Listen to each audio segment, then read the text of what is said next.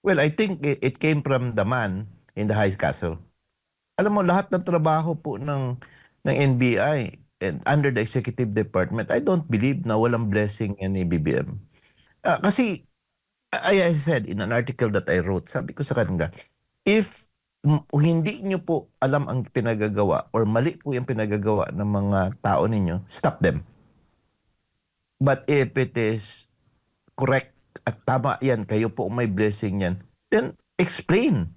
Do not hide behind the comforts of your your place, no, your palace, no? And do not hide behind behind your people or your spokespersons or anybody else, and let the do the dirty works. Ang gusto ko po sana is he has to, no, our commander-in-chief should explain what's happening now. Why is it so silent? Why is it that these people who are, hindi natin alam kung saan nanggaling yung authority nga, as I said, no, we could all, but his silence would mean that siya po talaga ang may gawa ng lahat ng bagay na ito. At allowed po niya lahat na mangyari ito. Gawin niyo yan. Di ba? Kasi, why else? Ngayon, nagkakagulo na. Wala nga ning press conference. Wala nga ning i-address niya yung nation about what happened. Why it is should be done and everything. Silent. Nothing. So, what kind, no? What kind of leader do we have? Lalo po tayo nagkakaroon ng constitutional crisis. Kaya nga sabi ko sa kanya, if you are a leader strong enough to, you have to face us. You have to face the public. You have to face your countrymen and tell what's happening. What are you doing? Why are you doing this? Why don't you follow the law? Why don't we go to the passes of Rome Statute? And bakit i-justify nyo? Bakit hindi na tayo kailangan dumaan doon? Para maintindihan po namin. Para maintindihan po ng ordinary Filipino people. Nagkakagulo na po. Nagkakasakita na. Diba? That's my call. That's my request. No? Hindi naman ako yung nagde-demand, but request po yan. He has to do it. Samantala, nasa linya po ng ating komunikasyon ngayong umaga via Zoom si Attorney Raymond Batu. Attorney, magandang umaga po. Magandang umaga, may buntag. Jade at Admar po ang inyong mga kasama. Maraming salamat po sa inyong oras. Hello, magandang umaga po, Sir Jade and Admar. Magandang araw, magandang umaga po sa inyong lahat. Opo, Attorney, reaction po ninyo kaugnay nga doon sa naging tensyon dyan sa Senado muna matapos nga nagkaroon ng habulan sa pagitan ni Senator Bato de la Rosa at ng mga NBI agents dahil nga isisilbi sana itong allegedly in arrest warrant ng ICC kay Senator Bato. Well, it was a sad day that happened. No? On that they are afraid na kailangan basbasan natin to, so they have the control, the rules, no, the majority.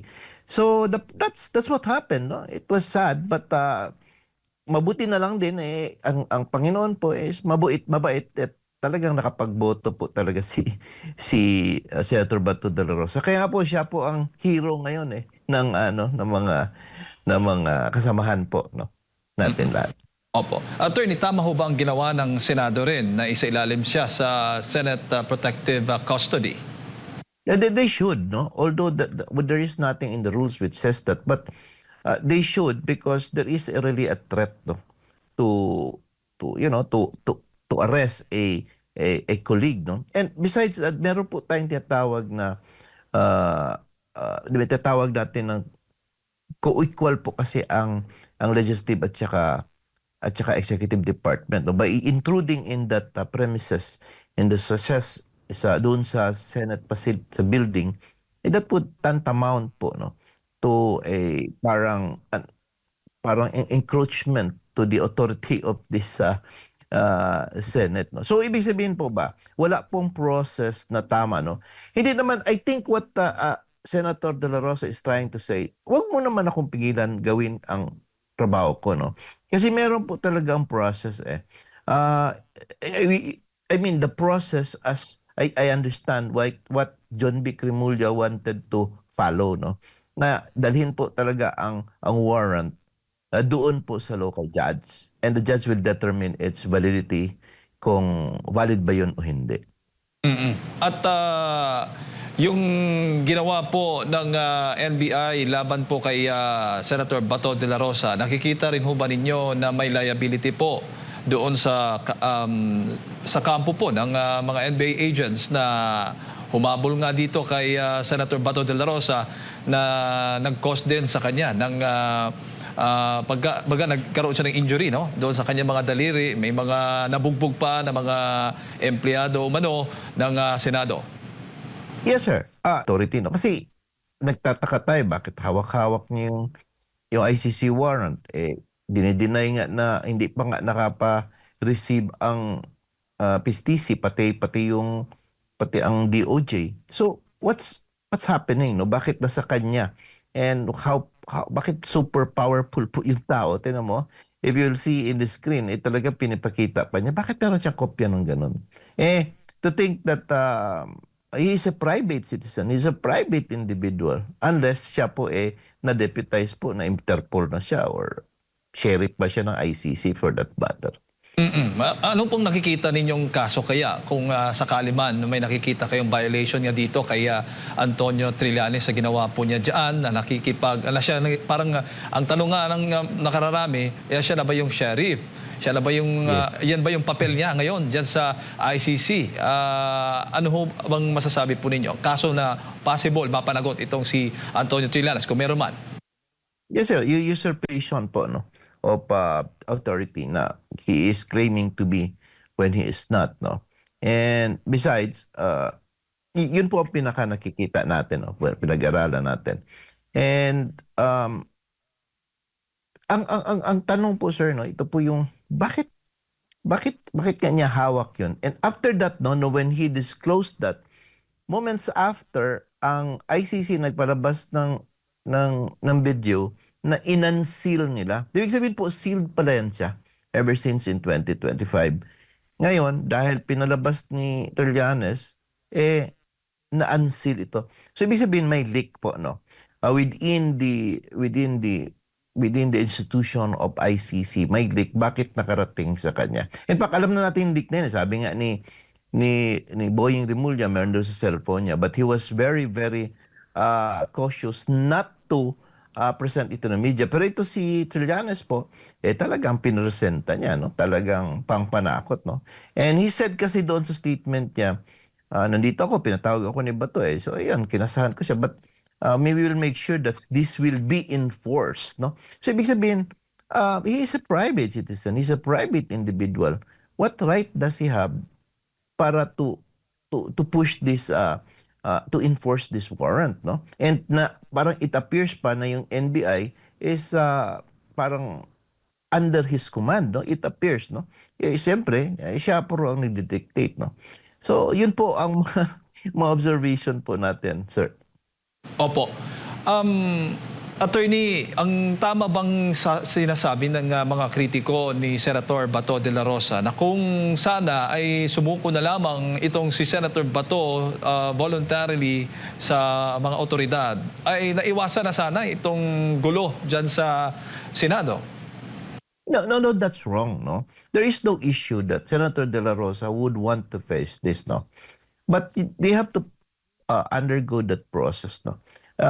Ito po, ang ibig ko sabihin kasi sa batas natin is that while we have withdrawn, that meron po tayong tinatawag na yung competent judicial authority. Yun pong papeles, yun pong warrant na yan, dadalhin po yan dapat ng Interpol in coordination with yung ating transnational crime doon po sa local court natin, the judge, to determine its validity, kung maayos. But parang a foreign order cannot just simply papasok po dito po sa ating country at i-enforce unceremoniously. Hindi naman po pwede yun.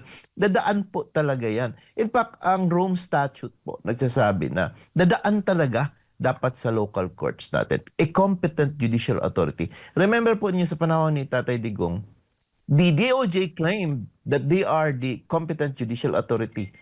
Diba? Kaya nakalusot yun at pinasa doon si Tatay Digong. Now, they are claiming, no? They are claiming that they are, that they do not need that. Kasi dapat po kasi dumaan po talaga sa local court. And yun po ang gusto ni Sir Bato, so that he will be given an opportunity to question its validity. At meron po tayong pending motion na habeas corpus, pati yung pending motion na pinail po na yung clarification on how it should be done, no, kung meron po tayong foreign order or foreign warrants like this one. They cannot just come into our state and to our country and say, oh, gawin namin yan, hulihin namin tao. You cannot do that. That's absurd. Compare ko po nga ito doon sa, although different, no? Para kunyari, may nag-divorce po, mag-asawa po dito sa Pilipinas, isang foreigner at saka isang Pilipino. At pagdating po doon sa abroad, nag-divorce po yung foreigner. Now, what happens now? Siya free to marry, tapos yung Pilipino not here.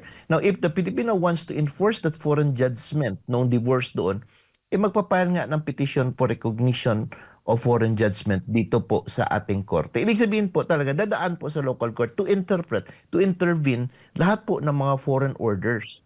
Example lang yun ha. What I'm trying to say is that they could not just come in and just put their feet and say, okay, kunin na namin ng tao na ito. And sadly, ang gumagawa niyan is yung mga Pilipino pa natin, the Trillanes and this administration, which means that pag masabit doon, ay sorry, kahit nagkamali kami sa rules, fait accompli na eh. Nandyan na yan eh. Siyempre, tatanggapin na rin ng ICC yan. So wala na kami magawa. Hindi naman kami nanghuli. Yun naman taon yung binigay siya. Yun po ang mga bagay dyan that they would want to skip that process na daan po sa korte because they know it will be questioned and it will reach the Supreme Court. Opo, may itong resolusyon na nagbibigay proteksyon kay Senator Bato de la Rosa. May legal na bigat ho ba ito, attorney? Considering din kahapon, 5 senador din ang nag-oppose, o baga kumontra din, at naghain ng resolusyon na dapat voluntaryong sumuko itong si Senator Bato. And yes, in that resolution, I think that rejecting the idea that there is such thing as Senate protective custody. Well, ang rule is that whether or not it has, no, which the rule says it does not have. The fact is that when Senator Bato de la Rosa is in that premises owned by the Senate, no, or yes, Senate premises or that building, he is protected actually. Courtesy demands that the executive department, when they want to enforce that warrant, they should coordinate now with the Senate President. No? If the Senate President says that we are invoking our being co-equal, please wait until such time na lumabas si Senate Bato, hulihin niyo doon. But while he is in our premises, you cannot do that. Because co-equal nga eh. You cannot just intrude. Parang pupunta ka na Supreme Court, hulihin ka, maghuli ka na isang justice. You cannot do that, no? You have to, the process, no, should be followed. And besides, that urging, no, I was really surprised with that, no, that resolution urging Bato to surrender to authorities, no. I was, even, before that, I was even more surprised when they did not even condemn the actions of the NBI and yung kaguluhan na nangyari sa Senate, no? They did not even say, kumusta na kaya yung OSAA na member na nabugbog. Walang ganun, no? Parang lack of empathy. And they were more, no, it's giving us a constitutional crisis already. And it's damaging our image, our reputation, and the economy of the Philippines. May isa pang mga argumento din po yung mga abogadong tulad po ninyo, attorney, na hindi naman po batas yung resolusyon ng Senado na nagbibigay proteksyon kay Senator Bato. Ano namang masasabi po ninyo doon? It is not a law indeed, of course. It's just a resolution. And it would only reflect what the Senate wanted to say. However, it should be passed then and i-approve. Yung po proposed resolution pa lang yan, no? And pagbobotohan yan. Kapag i-reject po rin yan ng majority, well, that resolution just passed. Kung dumaan lang for discussion, for deliberation, it should be actually approved by the majority in order that it could be a binding resolution for whatever it's worth, no. Although sabi ko nga, it's just a statement, no, for inuna nang pinakita sa public. So there was already a public determination and trial on that. Kaya nag-argue tayo ngayon dito, no? So whatever will be the resolution that will happen, kung i-approve ba ito hindi, it would not be, I think, it would not bear, no? Because alam naman natin, because the majority man tayo ngayon. And they might say that, sige, we will not accept that. So ibig sabihin, at least napatapon na nila sa public, for public opinion, no? But as I said, that is not a law, but it has some sort of an idea or what the Senate, no, thinks, no. So if that will be denied, then that is not how the Senate thinks, and they wanted that protective custody to be enforced. So malinaw, attorney, kapag lumabas si Senator Bato sa Senado, anytime po pwede siyang arestuhin ng mga otoridad. Yes, and I would say it's unlawful po, no? Illegal, because unless they pass through a competent judicial authority and get a let's say an affirmation na okay, okay na itong button, then that's the only time that they can do that. Right now, without that affirmation by the local judge, they cannot. You know why? Because under the Constitution, only a judge of the Philippine courts may issue a warrant of arrest. So in similarity, akin to that, is that only a local judge could confirm the validity of that foreign order of arrest by the ICC in order that it is enforceable. Yun lang po kasimple ang distinction. Dadaan po lahat sa local judge, no? Ang local judge po magdetermine whether it is enforceable o hindi. Otherwise, if they can just do that, anybody with foreign order galing sa US, sa Russia, sa Ukraine, na let's say hulhin itong mga tao na ito, can be enforced. Would they like that? In China issues an arrest order against, di ba? Against somebody here. They just enforce and come in and get that person. Tapos ngayon, when it is an ICC, an international tribunal, automatic ba that international criminal court has authority over us, a foreign entity? And at the same time, wala na rin tayo naka-withdraw na rin tayo sa kanila. In fact, even if hindi po naka-withdraw ang isang country, it would still pass through its local court. Yun po sinasabi sa Rome Statute eh. It has to pass, no? Because they respect, no? Meron tayong sariling process on how to determine the validity of such and enforceability of such particular order or warrant of arrest. Saan galing yung kapangyarihan ng NBI o mismong si Antonio Trillanes? Saan ba sila humugot para i-enforce yung arrest warrant na mula sa ICC, attorney? Well, I think it came from the man in the High Castle.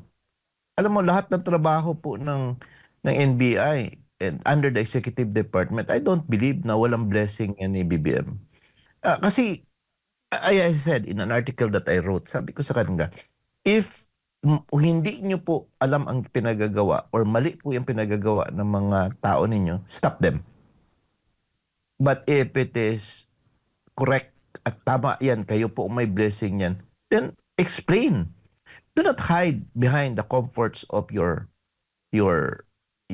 place, no? Your palace, no? And do not hide behind behind your people or your spokespersons or anybody else and let them do the dirty works. Ang gusto ko po sana is he has to, no? Our commander-in-chief should explain what's happening now.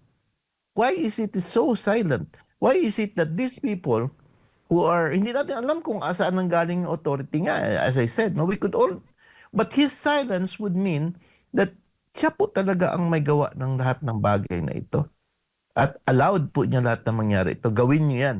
Diba? Kasi, why else? Ngayon, nagkakagulo na. Wala nga ning press conference. Wala nga ning i-address niya yung nation about what happened. Why it is should be done and everything. Silent. Nothing. So, what kind, no? What kind of leader do we have? Lalo po tayo nagkakaroon ng constitutional crisis. Kaya nga sabi ko sa kanya, if you are a leader strong enough you have to face us. You have to face the public. You have to face your countrymen and tell what's happening. What are you doing? Why are you doing this? Why don't you follow the law? Why don't we go to the process of Rome Statute? And bakit i-justify nyo? Bakit hindi na tayo kailangan dumaan doon? Para maintindihan po namin. Para maintindihan po ng ordinary Filipino people, nagkakagulo na po, nagkakasakitan na. 'Di ba? That's my call, that's my request, no. Hindi naman ako yung nagde-demand, but request po 'yan. He has to do it, sir. Opo. Bago ko lang ipasa kay partner Admar, attorney, bukod Yes, sir, sa Jade. Pangulo, since itong isyong ito ay isyong legal, sa tingin po ninyo, yung mga petisyon na inihain po ng kampo ni Senator Bato de la Rosa ay mapapadali, magkakaroon ba ng, di na siguro natin sabing pressure or urgent, magkakaroon ng urgent decision yung Supreme Court pagdating sa isyong ito. Sabi mo nga, nagkakaroon na ng crisis constitutionally sa pagitan ng executive at ng legislative, kaugnay nga sa naging tensyon dyan sa Senado. Yes po, in fact affected na rin ang judiciary because the pressure is there, no? At the very least, I think the Supreme Court must at least enjoin them, no? Parang status quo muna. Hindi naman sinasabing injunction or TRO and everything. That's what I see as in my opinion. And the Supreme Court has to act on it already.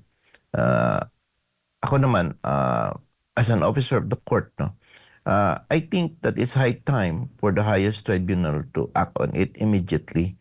And kahit po na to act in the very urgent motion. No? Kasi mayroon pong talaga extremely urgent motion na i-final si Attorney Torion and his group na saying na you have to act on this, sir, the highest tribunal, no?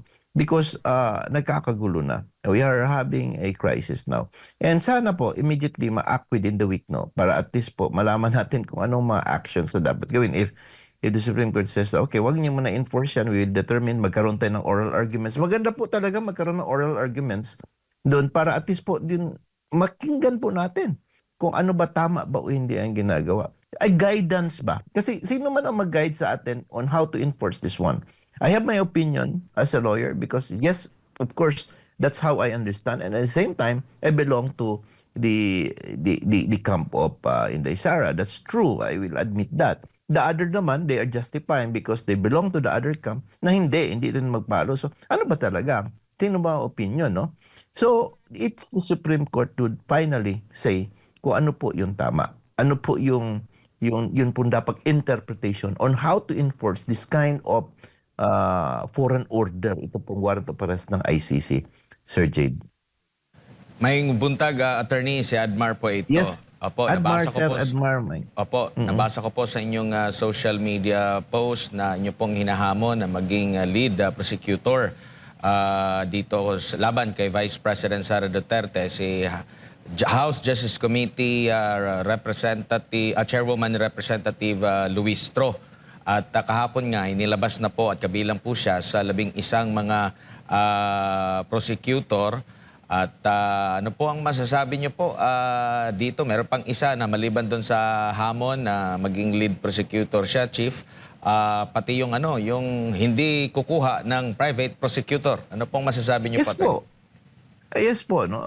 Yes, I'm happy that I don't know whether or not she accepted the challenge but I'm happy that now she is part of the prosecution team. And in fact, siya ang number 1 dyan sa screen. So ibig sabihin, malamang siya ang head prosecutor. Thank you so much. No? At least you will prove to the whole world that you're capable to do it. Now, with respect to the, wag na po kayo mag-hire talaga ng private prosecutor.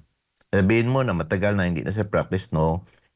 Alam mo, muscle memory po natin yan as lawyers, kung trial practitioner po tayo.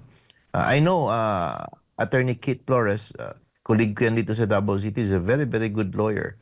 And muscle memory na po namin yan. And you don't need to say na matagal na hindi practice, hindi nyo na marunong. Parang sinasabi mo, matagal ka nang hindi nakapag-drive, hindi ka na makapag-drive. So you don't need to hire private prosecutors. Gagastos na naman po tayo niyan. Ang laki-laki ng charge. And the lawyers will be billing you most, no? And sino naman po na naman ang pababayarin ninyo sa mga private prosecutors? Taong bayan na naman. Pera, taxpayers' money naman. Maawa naman po tayo. Wala na pong pera ang gobyerno. Wala na pong puno na, ubos na yung kaban. Kumbaga, why not give it to the poor na lang po, no? So, you prosecute. You have built a case, you conducted a mini trial, and you have been talking in front of the microphone, telling the people that it is not defensible and that mahirap even if you belong to the defense panel, mahirap i-depensahan, and that you have a solid case, you found probable cause and everything, you have taken that AMC record, show it to the public, show it how you present your evidence. Now in a court wherein everything is fair, wherein the other party could properly object, could properly argue with you, could properly present its own evidence. Yan po ang bloodbath. Tingnan na po natin. Now, you join the fray. Let us see if how good your words was when you said it. So, walk the talk, and thank you so much for walking the talk. Opo. Meron naman pong pahayag ang congresswoman ng Batangas na si Luistro na kung siya daw ay magiging depensa ng pangalawang pangulo, ay mahihirapan daw siya sa impeachment na reklamo laban kay Vice President Sara Duterte. Ano po masasabi niyo po? Eh, sabi niya yun, because she wants to prove, to condition the mind of the public.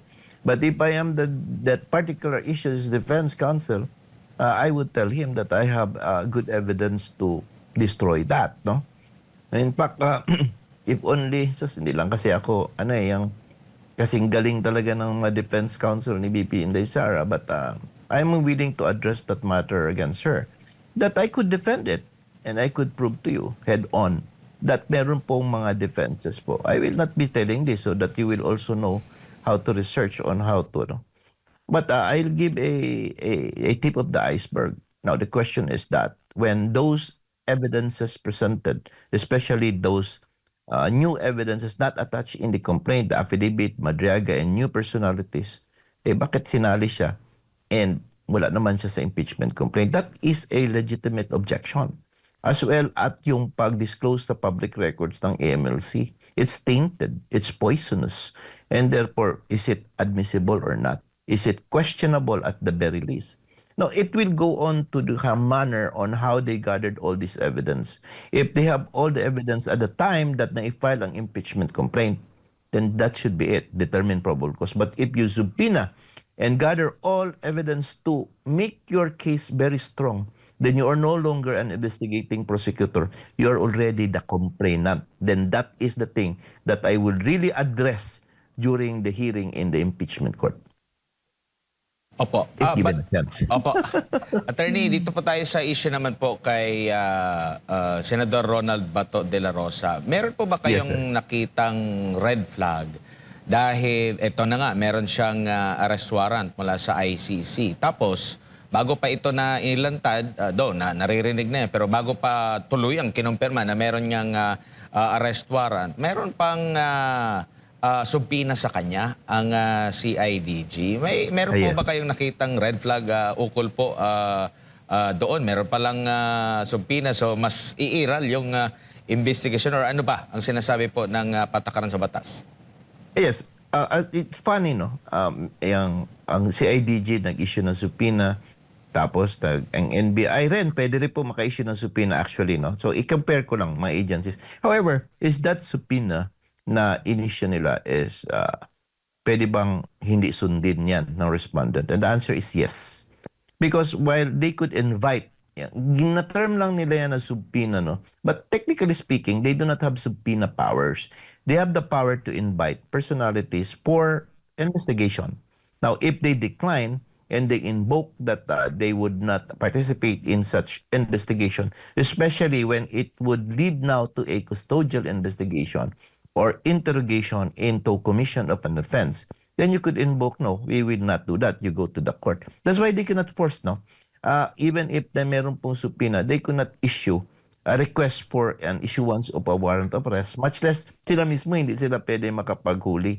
Kaya nga, nagulat ako when they said that if hindi daw sundin yung subpoena is that they will go after Senator Bato de la Rosa. That statement is ridiculous, or at the very least, panakot na sa taong bayan. So anytime that they have this subpoena is that kailangan magkandara pa tayo magpunta. No, we are not mandated to go there. They were not mandated to to attend any investigation. We are only mandated if it is the court that issues subpoenas. In fact, ang DOJ nga, if they issue subpoenas for you to attend, if you do not attend, what is the consequence? The consequence is that it would be adverse to your case, no? But with respect to subpoena proper, wherein you will be issued a bench warrant kung hindi ka sakaling mag-attend, it would be the courts. Siya lang po yan. Pag hindi ka magsunod sa order ng korte, papahuli ka.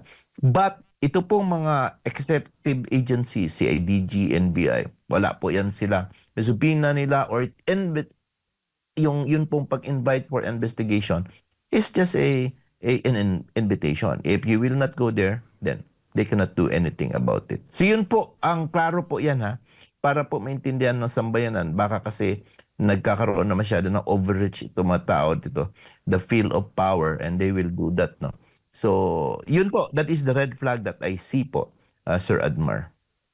Opo, attorney, ito rin po ba yung dahilan kung bakit sa tingin nyo po wala talagang kaso dito po sa Pilipinas? Ito pong si Senador Ronald Bato de la Rosa and dating Pangulong Rodrigo Duterte kaugnay dito po sa kinakaharap nila na reklamo dyan po sa ICC para yung ICC na lamang po diretso at wala nang, kumbaga wala nang hindrances, attorney? Well, if you're saying kung wala kaso, hindi, no? What the real test should have been that it should have been filed here in the Philippines, no? So that ang ating pong courts ang mag-determine. Bakit? Number one is alam ng judges ang terrain natin dito.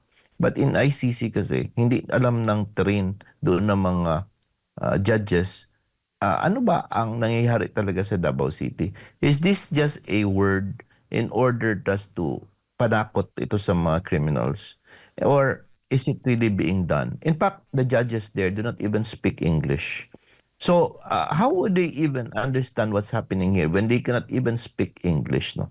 In our courts, it should have been filed. And sabihin nila, we cannot get justice here. Oh, come on. That is not true. You are the administration now. And to see how extensive the use of power that you are doing it, the people can see it. Go to the Senate halls, ilang thousands ang hinuli si Pastor Apollo Kibuloy. You can do that. And then you say that we cannot get justice here. You have all the powers na we could see, the vast powers at saka yung ginagawa po, no, para dito. So, you could have filed it here in the Philippines and exercise these powers that you think that could protect, no, the integrity of any investigation as well as prosecution of the offense against the accused. Pero ayaw nyo talaga dito sa Pilipinas lang. Because you want to hide in the comforts of that hall sa foreign justice in order po talaga, problema mo na yun doon. Tawanan na lang natin. Fait accompli na, nandoon na siya nakaupo. Problema na niya magsagot. And they know for a fact na, siyempre, hindi siya bibitawan doon. Kaya hindi man naiintindihan ng mga foreign courts doon ano nangyayari. With more reason, they would be cautious enough. No? So that's what they want. No? To get rid of a problem by throwing them to another country. Why don't we face it in our country? Would you like that to happen when the time comes? It would be your time to face this kind of music, di ba? So, that's what I'm trying to say, Sir Admar, no? Dito dapat sa Pilipinas ang kaso. Opo. Binansagan po na court of last resort, ito pong International Criminal Court. Ang ibig sabihin po ba nito, dapat exhaust muna lahat ng mga usaping legal dito muna sa bansa natin bago tayo mag last resort doon sa korte sa ICC po, attorney? Alam niyo po, yung ICC exists as the court if there is no more courts functioning in a certain country. Like, for example, yung nagkagwera, nagkaroon ng apartheid, nagpatayan doon somewhere in Africa at wala na po nag-function ang kanilang institutions and department. Then after that, nung na-restore ang order, they were arrested and tried in a criminal court. Because yun nga, wala na nag-exist. This is how it is. Now, as long as our laws and our institutions are properly functioning, it should be tried here first. Yan ang rule eh. Even the ICC would say, kaya niyo yan, wag muna kami. But of course, if you file it, you insist, and they will try to prove for whatever reason that they will present, no? And the ICC will believe they will just follow the trail. They will just follow what was presented to them. Take note that when they presented evidence, there was no chance for the respondent to respond. All evidences na ibigay ni prosecutor can, I think, no? Lahat, no? So when he was, when this team of investigators were cuddled here in the Philippines to investigate with all, again, the taxpayers' money just to establish the case against the former president. So, ibig sabihin, then, it was really shown na parang talagang meron case. So, that's the reason why ICC assumed jurisdiction. They hide the fact that here in the Philippines, our courts are functioning, that they could seek justice. Ang dami po tumatakbo ngayon sa korte. Halos nga, ang dami, almost every day, meron nakukonvict, may na-acquit in a criminal cases, sa civil cases, nag-function. Meron ba tayong hindi nag-function dito? It should have been here. And I would not even say that the ICC could just simply intervene, no? Because of if the country is working, no, and the institutions are working. So it's really an overstep. It's an overreach. But nevertheless, it was a planned thing to do, because the narrative that the prosecution did to influence the ICC into this kind of action was really planned, no? And talagang ginasusan talaga at talagang pinaghandaan, no? Yan problema, saan po ginamit o kanino pong pera ang ginamit in order to have this kind of para po ipatakbo itong kaso. Kawawa naman tayo mga Pilipino. Opo, sino naman po kaya ang mag-a-assess kung hindi gumagalaw o hindi umiiral ang justice system sa ating bansa? Sila ba ang magsasabi, ang ICC? Needed ba ng opinion mula sa Supreme Court na siyang may hawak ng mga korte sa ating bansa? Ang Philippine government ba? Or sadyang pinili lang itong kaso po ni dating Pangulong Rodrigo Duterte at ngayon Senador Ronald Bato de la Rosa? Kasi napakarami pong mga high profile na mga kaso po Exactly. sa bansa. Meron pa nga yung, kung maalala nyo po, yung sa Maguindanao Massacre na napakarami Yes. din po yung involved, though umabot Yes. ng mahigit isang dekada ata bago nagkaroon ng desisyon. Pero meron pong paggalaw at napakarami pang mga dating presidente, mga kinasuhan, umiiral. Bakit Yes. sadyang ito lang yung parang inamin na dito lang kami, walang hindi gumana yung justice system? Attorney. Actually, the narrative that they are playing talaga is so funny but hurting in a sense that, of course, the old man very much loved by the people because, as I said, the ordinary Filipino people felt na talaga meron tayong kakampi, meron tayong somebody who will stand with us and fight for us in case na inaapi tayo. And they want to get rid of that. And that I could not understand. No? So it is actually a political persecution. Dapat po sana hindi rin gamitin para for political persecution itong kaso at na-file sa ICC. And ICC should have seen that. No? Kaya nga, ako naman, well, yung jurisdiction-wise na ni Kaufman, na deny and everything, pati ano. However, on the merits, I still would feel and I would still pray hard that the ICC will realize that this is clear political persecution. And kailangan po magkaroon na po ng trial pass doon sa ICC or at magkaroon na po ng decision kung ano ba talaga. Let us see how they will rule. But I would really feel that I think ICC will acquit the former president because this is clear political persecution. Po, to answer your question, tama po kayo, no? The Maguindanao Massacre. And ano pa, yung mga highest ranking officials natin na napaila ng kaso. Say, look, former Senator Bong Revilla is in jails right now, no? So it is running. It is tapos ngayon meron daw ipa-file na mga cases, no? Although the problem is that until now, wala po talagang pang ipinail dito sa mga big fishes ng flood control. Now, is it because our courts are not functioning? No, because the prosecution is trying to hold that Bakit po? We could only surmise, we could only speculate that, ano ba ito? Pinagbabargain niyo ito for a conviction vote? Are you bargaining this in order for something that you would want?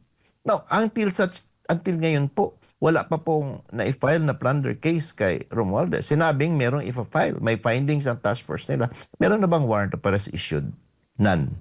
Now, with respect to the other big fish, yung mga congressman sa Maleta, none. Now, here is a situation wherein bakit naku-hold yung prosecution against these personalities. Pero yung dating senador na wala na in power, hindi na relevant ang kanyang vote, pakulong natin. Sample yan para pakita sa taong bayan now. See? Pag hindi kayo magsunod sa amin, sabihin doon sa mga, di ba? Then, we will do this the same to you.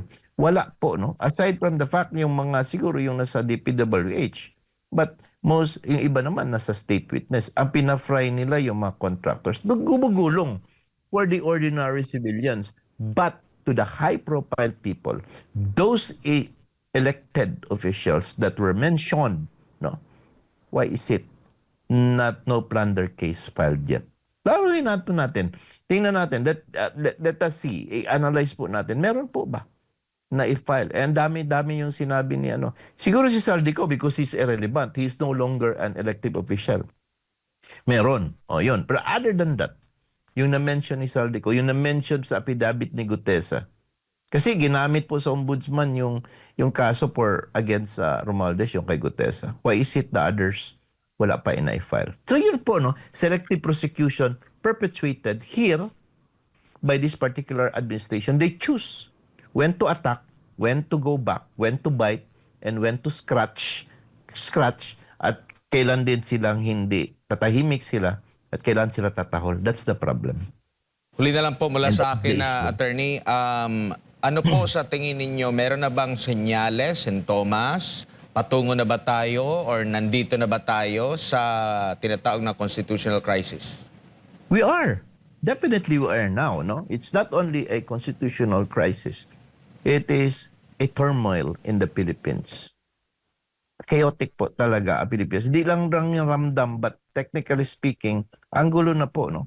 When the three great departments of the government are not in coherence with each other, meron pong kaguluhan na ganyan, then really, we are in a crisis, no?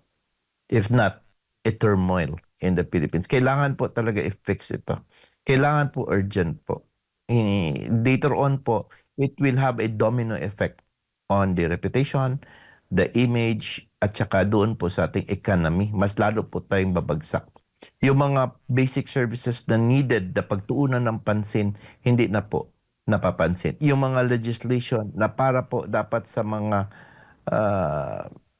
ibigay sa mga tao, hindi na po nagagawa. So, ibig sabihin, nade-deprive po yung community, yung ordinary Filipino people because of this crisis. Ito pong bangayan, ito pong labanan na ito, this should stop already.